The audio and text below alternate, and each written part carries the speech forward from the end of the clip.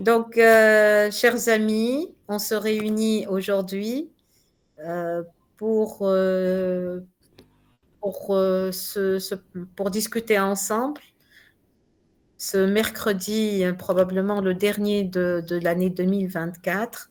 Donc, pour discuter de la neuvième édition de la classification TNM par rapport aux tumeurs thymiques, en insistant particulièrement sur ce qu'il y a de neuf et que va apporter cette neuvième édition pour les tumeurs thymiques. Donc, on a le plaisir d'accueillir le professeur agrégé Sarah Zeiri, qui est maître de conférence agrégé au service de chirurgie thoracique et cardiovasculaire à l'hôpital Abdelrahman Memi de l'Ariana, qui va nous en dire un peu plus sur ce sujet. Pour information, professeur Zeiri a donné son accord pour l'enregistrement de cette conférence et que vous retrouverez dans quelques jours sur la chaîne YouTube. Merci, docteur Suissi, pour l'effort que vous faites et je vais vous céder tout de suite la parole. Merci beaucoup, professeur Fenich. Donc, je remercie les organisateurs de m'avoir associé à ces mercredis de la Rotam. Donc, pour introduire le sujet, les tumeurs épithéliales thymiques constituent un groupe de néoplasmes rares du médiastin antérieur avec une incidence annuelle autour de 0,15 par 100 000 cas. Elles proviennent de cellules épithéliales du thymus. Les thymomes constituent la forme la plus fréquente. Les carcinomes thymiques ne représentent que 15 à 20 pour cent. Un petit rappel anatomique par rapport à la situation du thymus. Donc, il est situé en avant du plan veineux des gros vaisseaux supracardiaques et en arrière du plan sternocondral. Il occupe la portion la plus antérieure ou cervico-médiastinale antérieure de la région supracardiaque et cette extension vers la région cervicale constitue un élément anatomique important à retenir. L'ITMIG avait proposé en 2014 une nouvelle compartimentation du médiastin qui était parue en parallèle avec la classification TNM 8 et qui était la première classification TNM des tumeurs thymiques. Donc, qui divise le médiastin en trois compartiments, un compartiment prévasculaire, un compartiment viscéral et un compartiment paravertébral, avec des corollaires à cette compartimentation et à cette division sur le plan scanographique, en précisant bien sûr les différents organes contenus dans chaque compartiment. Donc, sur le plan anatomopathologique, les tumeurs épithéliales thymiques concernées par cette classification sont les thymomes, les carcinomes thymiques, les tumeurs thymiques neuroendocrines, dans une nouvelle classification OMS 2021 vient de paraître et qu'il faudrait donc adopter lors de l'analyse des comptes rendus opératoires de ces tumeurs. Et donc en parlant de la classification de ces tumeurs thymiques, on ne peut pas exclure donc une historique d'à peu près 50 ans avec différents types de classifications, parmi lesquelles la classification qui a été le plus longtemps adoptée, celle de Masaoka Koga, et dans la classification TNM dans sa 8e édition et dans sa première édition donc pour les tumeurs thymiques est venue supplanter proposée en 2014 par l'ITMIGI ASLC et adoptée le 1er janvier 2017 par l'Union internationale pour le cancer et le 1er janvier 2018 par l'American Joint Committee on Cancer Study.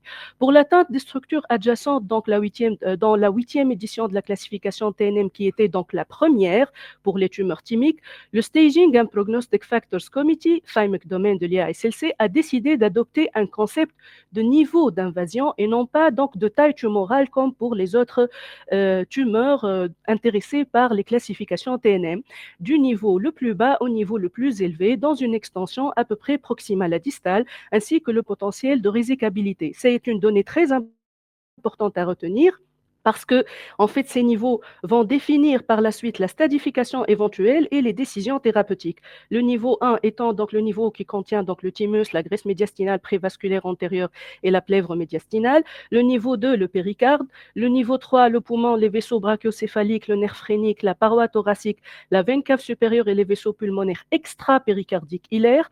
Le niveau 4, l'aorte, les vaisseaux pulmonaires intra-péricardiques, la trachée, l'œsophage et le myocarde. Et donc, en 2020, l'IASLC s'était proposé en fait d'évaluer l'acceptabilité de cette nouvelle classification TNM pour les tumeurs thymiques à travers donc un questionnaire en ligne comportant 50 questions qui a été envoyé donc aux différents adhérents des différentes sociétés scientifiques qui s'intéressent donc à l'étude des tumeurs thymiques du monde entier. Et ce questionnaire donc a été donc établi entre septembre à décembre 2018, contenant donc 6 sections.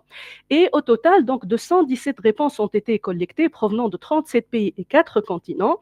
Et les principaux résultats de cette enquête étaient que la classification en TNM a été jugée utile par 78% des répondants, mais la classification par stade de Masaoka Koga était encore utilisée pour 87% des répondants. La cartographie ganglionnaire a été utilisée par 48% des répondants. Le curage ganglionnaire a été réalisé pour les stations N1 par 50% des répondants en cas de thymome et 66% en cas de carcinome thymique. Et pour les stations N2 par 21% des répondants en cas de thymome et 41% en cas de carcinome thymique.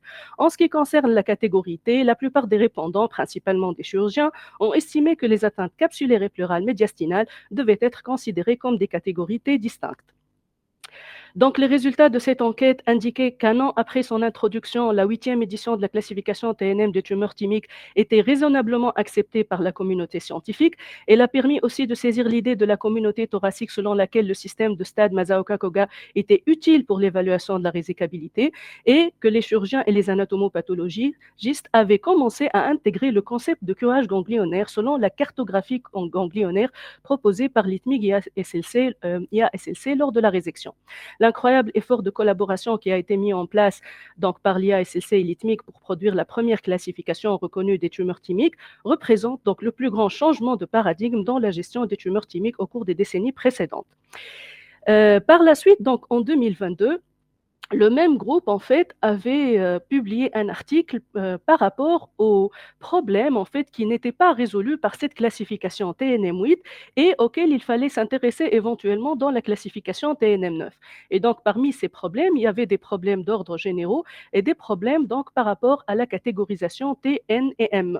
Et par rapport, donc, aux problèmes généraux, il y avait, donc, les différences géographiques par rapport, donc, à la participation, donc, des différents continents aux différentes databases et donc, par rapport à la différenciation ou la distinction des thymomes et des carcinomes thymiques, éventuellement chacun par sa propre stadification.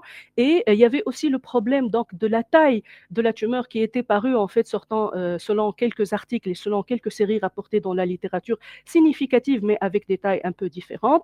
Il y avait aussi le problème donc, des structures adjacentes et de leur extension.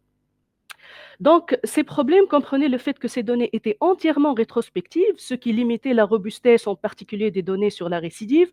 Les bases de données étaient principalement basées sur des patients chirurgicaux avec une sous-représentation de patients atteints d'une maladie avancée et de patients traités par des modalités non chirurgicales telles que la radiothérapie. Les informations sur la taille de la tumeur, l'atteinte de la plèvre médiastinale et l'invasion des structures et des organes adjacents étaient limitées et la cartographie ganglionnaire a été jugée nécessitant des révisions et le rôle de l'atteinte ganglionnaire et métastatique devant être mieux défini. Donc, ainsi, la base de données TNM9 a été construite donc, à partir de 11 347 cas qui ont été colligés en fait sur des cas diagnostiqués entre mars 1965 et décembre 2021. Le nombre total de cas éligibles à l'analyse définitive était 9 147 cas et donc la première constatation pour cette nouvelle base de données, c'était le fait qu'elle contenait aussi des données prospectives et des données rétrospectives mises à jour donc au long terme. Donc, par rapport à la répartition selon les régions, donc la distribution géographique par région des cas éligibles à l'analyse montre bien donc une participation prépondérante donc des pays asiatiques avec 61,5%, une participation moindre pour l'Europe et encore plus inférieure pour les pays d'Amérique du Nord. Par rapport donc à l'analyse des données donc de cette database de la 9e édition, nous avons donc constaté qu'il y avait beaucoup plus de cas donc, qui étaient inclus, qui n'avaient pas eu de traitement chirurgical, 251 cas par rapport à 127 cas pour la 8e édition, et que la plupart des patients inclus avaient moins de 65 ans au moment du diagnostic ou de la résection. Des données plus détaillées ont été fournies aussi dans cette nouvelle database, notamment à propos de la taille de la tumeur, de l'envahissement loco-régional, des données épidémiologiques sur les patients non traités chirurgicalement et donc sur les statuts éventuellement donc au moment du traitement par rapport aux différents types histologiques et notamment par rapport à la résection R1 ou R2. Donc cette figure montre donc les différents stades cliniques par rapport donc aux différents types histologiques entre thymome, carcinome thymique et tumeur donc neuroendocrine thymique, entre donc les différents stades cliniques et les différents stades pathologiques donc en fonction des différentes localisations géographiques selon donc les différentes séries. Donc, pour la neuvième classification TNM9, la catégorie T, dans le système de classification TNM8 2014, la composante T correspondait donc au caractère invasif de la tumeur et non pas à la taille de la tumeur. Et pour réviser donc cette catégorie T, la survie globale, la survie sans récidive et l'incidence cumulée des récidives ont été analysées. L'analyse a été faite séparément pour les thymomes, les carcinomes thymiques et les tumeurs neuroendocrines thymiques. Et ceci avait montré en fait des différences significatives déjà par rapport donc aux différentes catégories T et par rapport donc aux différents types histologiques et de même par rapport aussi aux survies sans récidive entre les différents types histologiques donc, et les différents donc, stades. Et pour conclure, donc dans la catégorie T, la taille T de inférieure ou égale à 5 cm et supérieure à 5 cm a été établie comme significative pour le résultat à la fois dans un ensemble de données d'entraînement pour le modèle et un ensemble de validation pour le thymome et le carcinome thymique. Le seuil optimal pour la taille T identifiée a été examiné dans plusieurs sous-ensembles différents en utilisant la survie globale ou l'absence de récidive par rapport à la mesure de la taille clinique de la tumeur et de la taille sur la pièce anapate de la tumeur dans les thymomes et les carcinomes thymiques. La taille de la tumeur n'est pas restée significative en tant que facteur indépendant après l'analyse de validation pour les catégories T2, T3, T4. La plèvre médiastinale, quant à elle, compte tenu de la difficulté à reconnaître et à signaler son invasion à la fois par imagerie et par l'étude anatomopathologique, elle a été supprimée de la classification TNM. Cependant, l'atteinte de la plèvre médiastinale a été conservée comme un descripteur histologique supplémentaire à enregistrer lorsqu'il est disponible. Donc, pour récapituler, pour le T1, la tumeur, donc le T1 actuellement défini par la TNM9 est toute tumeur limitée au thymus avec ou sans encapsulation ou qui envahit directement le médiastin seul ou envahit directement la plèvre médiastinale mais n'implique aucune autre structure médiastinale. Et pour diviser ce T1 en T1A et T1B, donc les tumeurs avec une taille inférieure ou égale à 5 cm seront dans leur plus grande dimension sont classées T1A et celles strictement supérieures à 5 cm seront classées T1B, donc, et pas de stratification sur l'atteinte de la plèvre médiastinale. En ce qui concerne le T2, le thymome avec atteinte du nerf phrénique ou du poumon atteint sans récidive,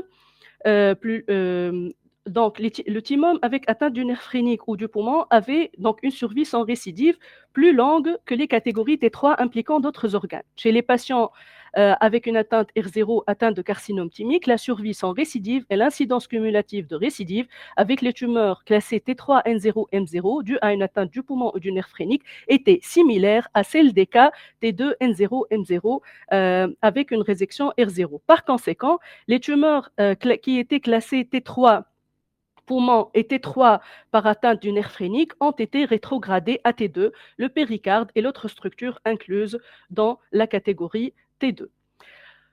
Donc, pour récapituler, T2, donc, c'est une tumeur qui envahit directement le péricarde, soit un envahissement partiel ou en pleine épaisseur, le poumon ou le nerf phrénique. Pour la catégorie T3, donc après exclusion du nerf phrénique et du poumon de la catégorie T3, est resté donc inchangé dans la 9e édition, avec donc actuellement sont classées comme T3 toute tumeur envahissant directement l'un des éléments suivants qui sont la veine brachiocéphalique, la veine cave supérieure, la paroi thoracique, les artères ou les veines pulmonaires extrapéricardiques, c'est-à-dire qu'on rejoint toujours cette notion donc de profondeur de l'extension tumorale. Pour ce qui est de la catégorie T4 est restée inchangée dans la 9e édition, avec donc toute tumeur envahissant directement l'un des éléments suivants, l'aorte ascendante, crosse ou aorte descendante, les vaisseaux de la crosse de l'aorte, l'artère ou les veines pulmonaires intrapéricardiques, le myocarde, la trachée ou l'œsophage. Donc, pour récapituler ce qui est nouveau pour le T, la catégorie T1 est subdivisée en T1A inférieur ou égal à 5 cm et T1B supérieur strictement à 5 cm. L'invasion de la plèvre médiastinale est supprimée de la classification TNM et doit être répertoriée comme descripteur histologique supplémentaire. Et l'atteinte pulmonaire et du nerf phrénique est rétrogradée de T3 à T2. Pour ce qui concerne la catégorie N, donc l'IASLC avait proposé en fait une cartographie spécifique donc des ganglions et cette cartographie spécifique ganglionnaire donc a été vérifiée donc par les données de la database qui avait montré donc par rapport à l'incidence de l'atteinte ganglionnaire donc qui était longtemps sous-estimée que les types histologiques de haut grade et les tumeurs localement avancées avaient donc sur le plan anatomopathologique des atteintes ganglionnaires sur donc les pièces de curage qui étaient beaucoup plus importantes que que à quoi on s'attendait. Donc, les taux globaux d'atteinte ganglionnaire étaient de 1,5% pour les tumeurs, 17,6% pour les carcinomes thymiques, 27,7% pour les tumeurs neuroendocrines. Et ces atteintes étaient en association étroite entre les catégories T plus élevées et une plus grande probabilité d'atteinte ganglionnaire. Donc la catégorie N avait aussi un impact pronostique important qui était reconnu comme un facteur donc, pour les tumeurs thymiques. La cartographie donc, ganglionnaire est recommandée pour la détermination de cette composante N et cette atteinte donc, est définit aussi donc, le pronostic de la maladie. Donc les patients présentant une atteinte ganglionnaire en particulier N2 avaient une survie moins bonne que ceux qui n'en avaient pas, Et pour les carcinomes thymiques, il y avait une discrimination significative en termes de survie entre chaque catégorie PN. Donc l'évaluation de la composante clinique N a été aussi étudiée dans cette database. Et l'évaluation donc de ce statut N avant le traitement comprend donc l'examen physique, l'imagerie TDM, IRM, l'échographie et la TEP, l'endoscopie et ou la biopsie chirurgicale. Et dans la base de données TNM9, il existe une forte concordance entre les catégories PN0 et clinical N0. Il existe une faible concordance entre les tumeurs PN+ et CN+.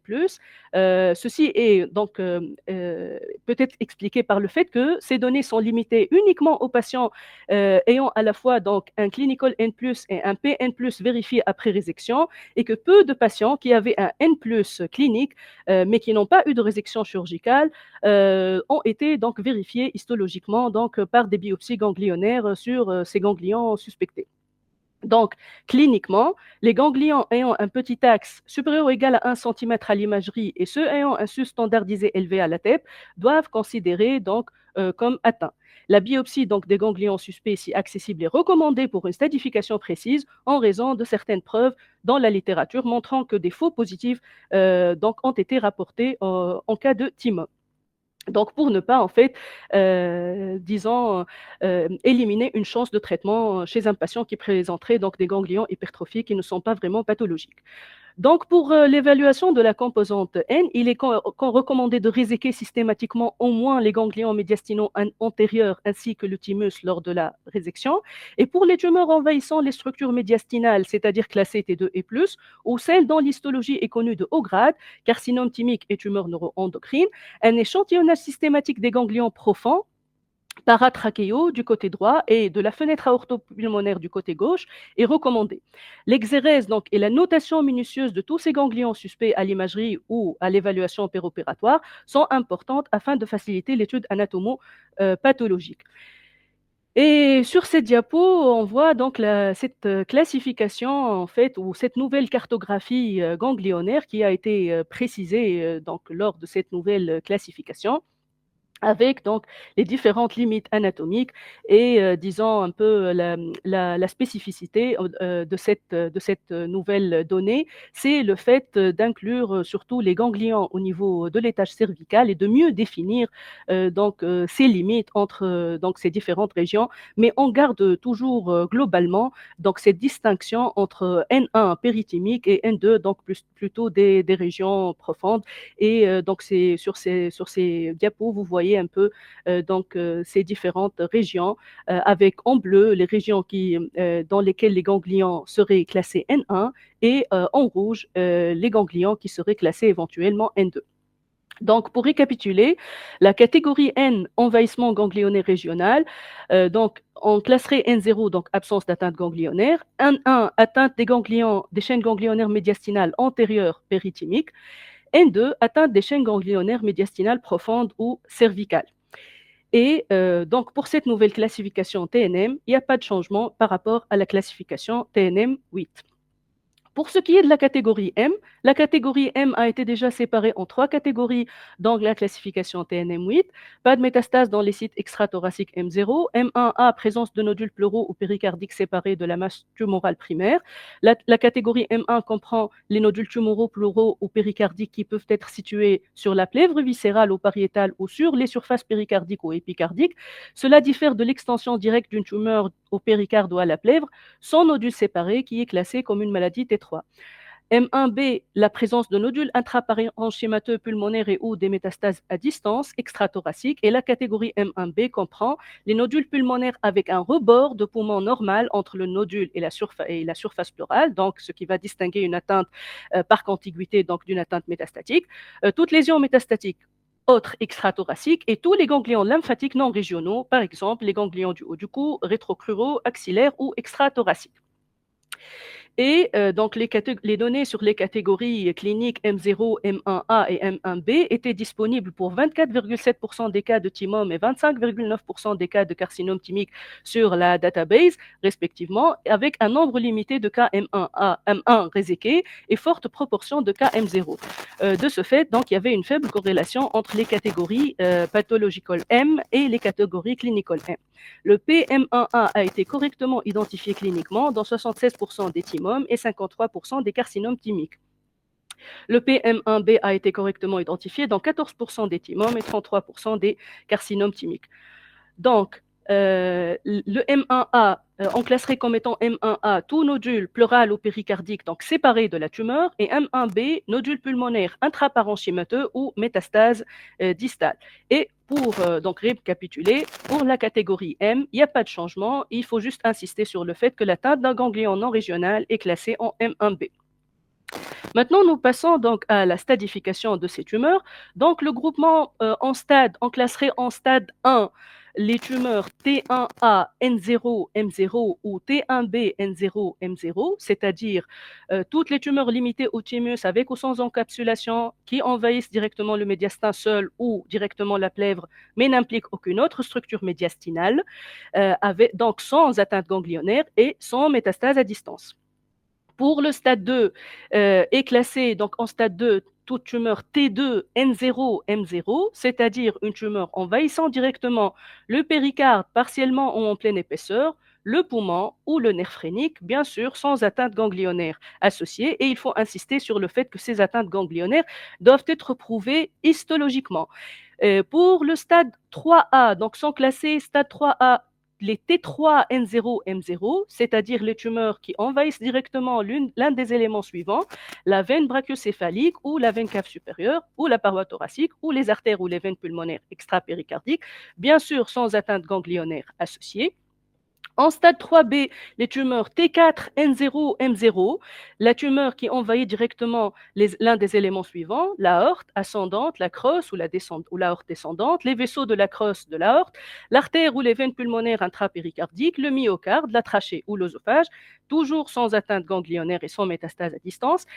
En stade 4A, on classerait toute tumeur N1, M0, N1, c'est-à-dire avec une atteinte des chaînes ganglionnaires médiastinales antérieures périthymiques, toujours prouvée histologiquement, et tout T, N0 ou N1, M1A, donc M1A, présentant un nodule pleural ou péricardique à distance séparée de la tumeur. Pour le stade 4B, on classerait donc dans ce stade tous les tumeurs T N2, M0 ou M1A, N2 donc avec une atteinte des chaînes ganglionnaires médiastinales profondes ou cervicales selon donc la cartographie ganglionnaire de l'ITMIC et ASLC, et M1B présentant un nodule pulmonaire intraparenchymateux ou des métastases à distance. Donc, pour le groupement en stade, dans la classification TNM9, il n'y a pas de changement pour les stades par rapport à la classification TNM8. Pour conclure, la nouvelle classification TNM9 des tumeurs thymiques vient consolider les données fournies par la première version TNM des tumeurs thymiques en ce qui concerne la discrimination des stades par rapport à la survie. La nouveauté étant l'inclusion du facteur taille à 5 cm pour subdiviser les T1 en sous-groupes. Des efforts supplémentaires doivent être fournis lors de l'analyse en imagerie et lors des exercices chirurgicales concernant donc, les atteintes ganglionnaires. Les pièces opératoires doivent être orientées et les zones des adhérences doivent être repérées, ainsi que la cartographie des ganglions prélevés doit être minutieusement précisée afin de mieux stadifier ces tumeurs sur le plan anatomopathologique. Merci beaucoup.